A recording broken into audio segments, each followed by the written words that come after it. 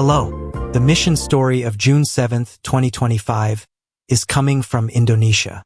The title, Squid or Dog Meat. My name is Ihan. I had just finished a busy week of preaching on one of Indonesia's islands and was heading back home to Papua for another series of meetings.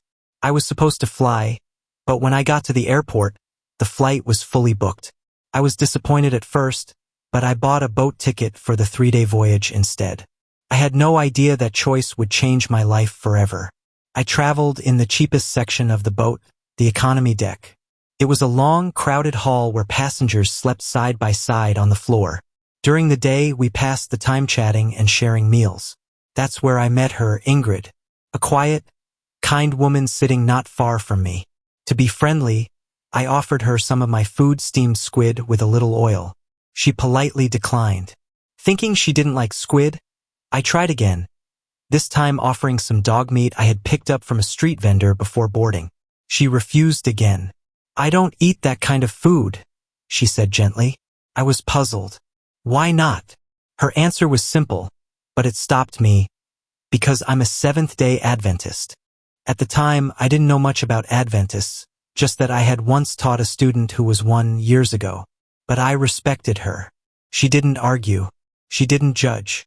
She just stayed true to what she believed. I didn't tell anyone on the boat that I was a pastor.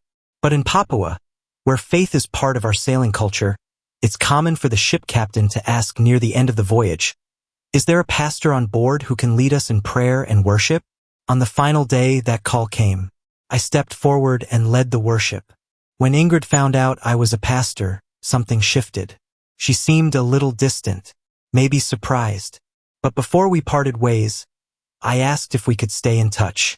We exchanged numbers, and when I asked to see her again, she invited me to her church, an Adventist church. I started attending worship with her every Sabbath.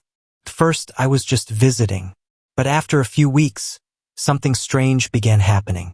When Sunday came, I started feeling uncomfortable preaching.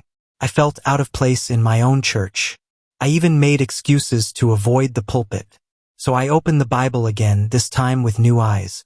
The more I studied, the more I saw the truth about the seventh-day Sabbath. I learned why Adventists avoid certain foods. And it wasn't just rules, it was conviction. It was obedience. It was love for God. When I finally told my church that I was becoming an Adventist, they tried to keep me. They offered me a promotion and a higher salary. But I couldn't be bought. I had already found something more valuable than any title. I found truth. 3 years after that boat trip, Ingrid and I got married. Today, I'm wrapping up my theology studies at Sabbat University. Soon, I'll return to Papua, not just as a preacher, but as a witness to the Lord of the Sabbath. I often think back to that day on the boat when Ingrid turned down my food. What I offered her didn't align with her faith, and her quiet, unwavering stand planted a seed in me that changed everything. That's the power of a faithful life.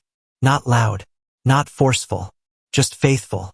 And now I live to share that same truth, the truth that set me free.